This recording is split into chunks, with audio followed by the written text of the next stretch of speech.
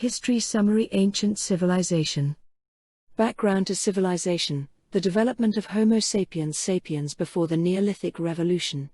Our species emerges in about 100,000 BCE, probably in East Africa, competes with Neanderthals, eliminates them. Humans live in small communities where life is uncertain but simple and relatively egalitarian. This is to change with the Neolithic Revolution. The Neolithic, agricultural, revolution, circa 8000 BCE, the beginning trappings of civilization, for example, a technological revolution, pottery, bronze tools, the wheel, etc., in which humans settled down, began to live in cities, and invented agriculture and animal husbandry. Occurred in the ancient Near East and spread to other areas. What are the ingredients of civilization?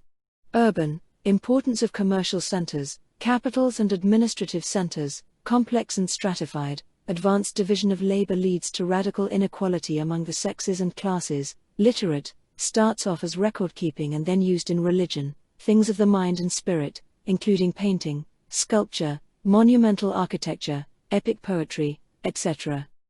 Development of civilization in Mesopotamia. Why did it happen in Mesopotamia/Sumer? All the early civilizations occurred in river valleys, water, transportation, fertile ground, long growing season. Obviously requires organization to put the water to good use. Began with Sumerian city-states, which fell to Semitic, Akkadian, invaders after a few centuries. The perils of disunity: the nomads enter the civilized areas. Hammurabi, the most famous of all Semitic kings, largely because of his law code. Living around 1700 BCE, his capital was at Babylon. Mesopotamia was literate, cuneiform, wedge-shaped characters on clay tablets which after a while are baked to make them last longer. A pictographic writing system, similar in principle to the Chinese, but unlike the phonetic Phoenician system. Used in the beginning for record-keeping, but soon turned to religious and literary purposes. The cuneiform system was used by successive nations in this period to express their language. The famous Code of Hammurabi was found on a stele by 19th-century archaeologists. Hammurabi protested much that he sought to protect the weak and the poor as well as the rich and powerful. Mesopotamian society was hierarchic with 3 castes and great inequalities.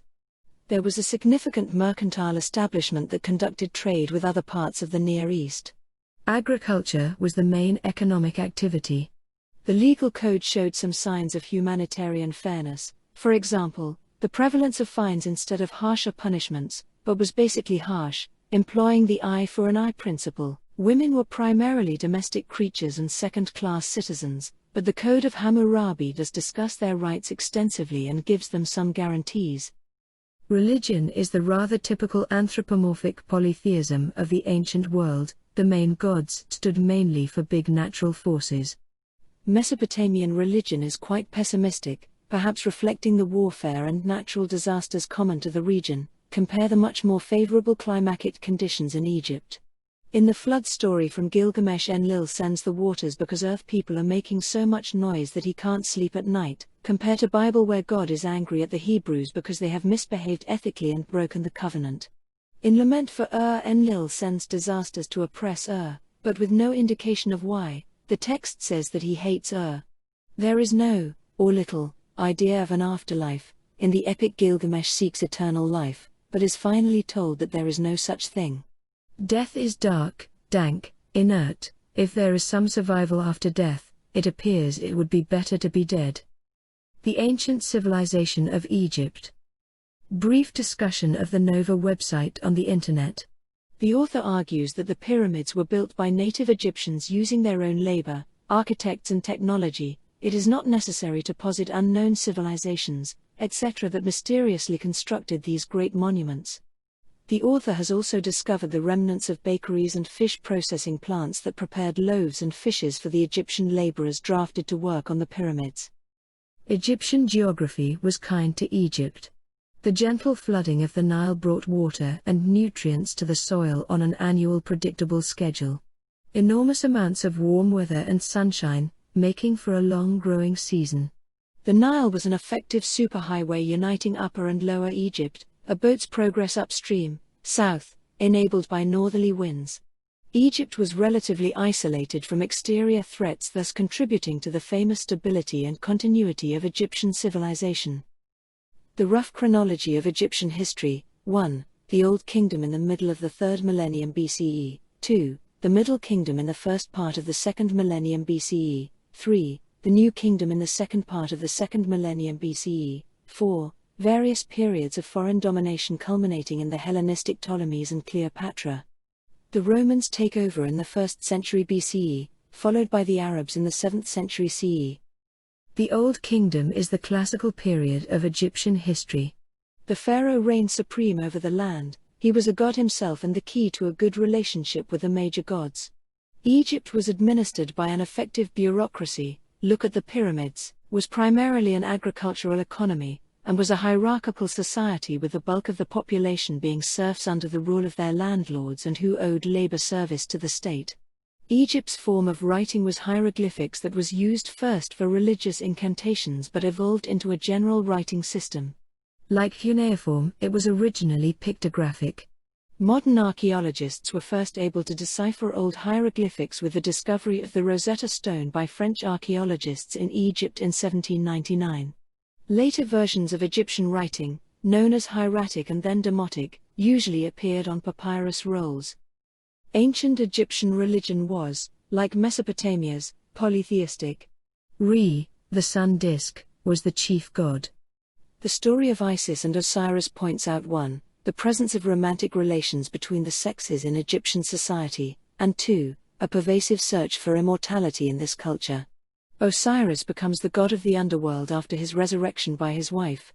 The cult of Isis becomes very popular in the Roman Empire, and is perhaps a transition to adherence to Christianity.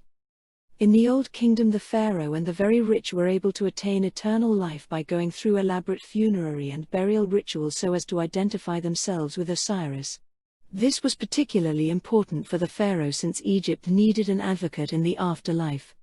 Mummification, incantations, amulets, scarabs, wall paintings, etc. were all important to achieve eternal life.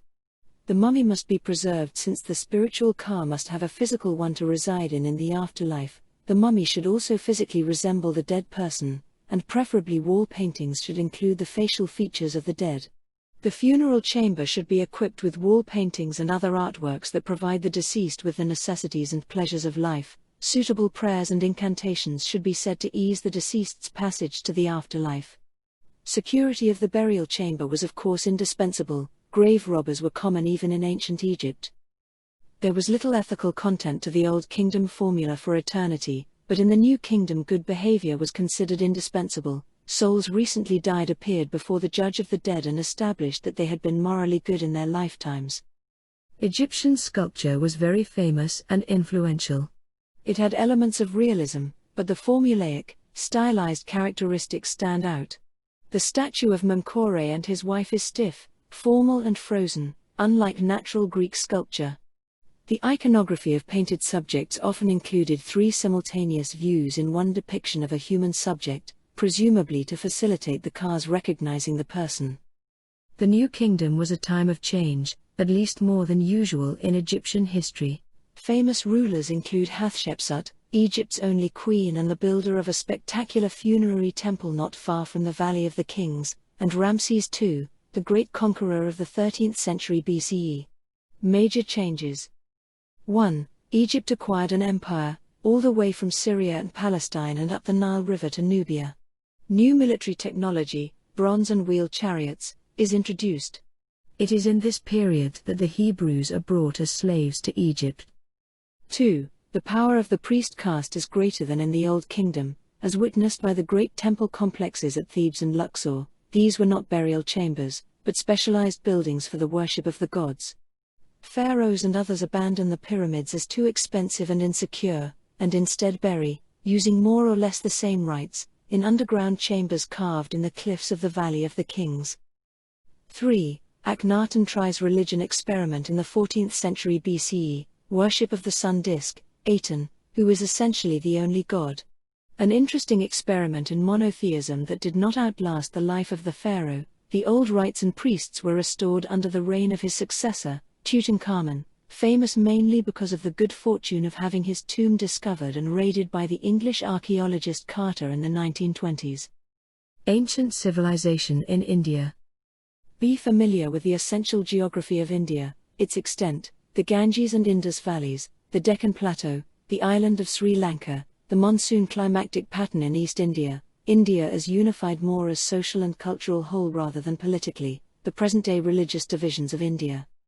The enigma of the Harappan civilization in the Indus Valley passed through the agricultural revolution about 6500 BCE, and then to civilization by the 3rd millennium BCE. Western archaeologists did not discover any remains until the 1920s. The civilization seems in many ways similar to Sumer. Agricultural economy, walled cities, autonomous city-states that traded and probably warred among themselves. Two major cities, Harappa and Mohenjo-Daro. Harappa apparently went through a period of decay in the 2nd millennium BCE, and was progressively overrun by the Aryans, a subgroup of the Indo-European tribes, origins around the Black Sea, who migrated to areas such as Ireland, France, Germany, Italy and Greece in this period. The Aryans were relatively light-skinned and established themselves as a kind of elite over the dark-skinned native peoples, sometimes called Dravidians, descended from the Harappans. The peoples of southern India remained more dark-skinned. The Aryans brought their chiefs, Rajas, who often coalesced larger political units under Maharajas. They brought iron implements and turned the Ganges Valley into one of the great fertile regions of world agriculture. The true Aryans had very little to do with the Aryan racial theories advanced by Nazis and other European and North American racists in the 19th and 20th centuries. The Mauryan Empire was created by Chandragupta Maurya at the end of the 3rd century BCE. It was quite despotic in structure with a large army and bureaucracy. The Mauryans followed the Hindu practice of ruling benevolently in the interests of their people. Most of the information we have about his reign comes from the Greek writer Megasthenes. The Greeks loved to investigate and write. The caste system in ancient India is a particularly rigid version of ancient hierarchical societies. Much of it is based on color distinctions between upper caste Aryans and lower caste Dravidians. The four main castes, Brahmins, Kshatriya, Vaisya, Sudras, and Untouchables, the last of which is not really part of the caste system, are rigorously separated, not eating together, not intermarrying, performing assigned economic functions, etc. The Untouchables perform the worst jobs and are true outcasts. In the 20th century Mohandas Gandhi campaigned against the caste system. Discrimination against the Untouchables was outlawed by the 1946 Indian Constitution. Women had a particularly low status in ancient India, always considered minors, cannot own property, etc. Note the tradition of the sati where women are expected to sacrifice themselves on the funeral pyres of their husbands. Codified by the law of Manu. The Ramayana provides opportunity for class discussion. The discussion focused on 4 topics. 1. Rama as the typical Indian hero. He was a great warrior, but also had important civilian virtues such as conscientiousness, concern for the well-being of his subjects, fidelity to his word, a certain amount of prudence. He does make some mistakes, carelessly allowing Sita to be kidnapped, unjustly accusing Sita of infidelity, etc., but they are always corrected, and he appears to learn from them. 2. Divine and mortal in the world of Indian myth. The two are thoroughly mixed, contrast with modern secular assumptions of Western society. The world peopled with devils. Human and divine natures are often mixed as in the case of Rama, avatar of Vishnu, and Sita. Combat takes place with supernatural weapons, incantations, mantras, etc. If someone appears to you, you always ask the question of whether it is a supernatural illusion. 3. The status of women. In general, women should remain in the private sphere, stay at home. They are powerful because of their influence over men. Men don't resist female beauty, they are dangerous because of their willfulness and must be resisted. Many of the bad decisions made by men in the story are because of the influence of women such as Kaikeyi and Surpanakha. She is an asura. Sita is the ideal of the woman, beautiful, sensible, restrained, virtuous, domestic and faithful. 4. Every person in the story is subject to dharma, his duty, his own moral code, which in Hindu tradition can vary from caste to caste. The story is fascinated with moral debate of which there are several,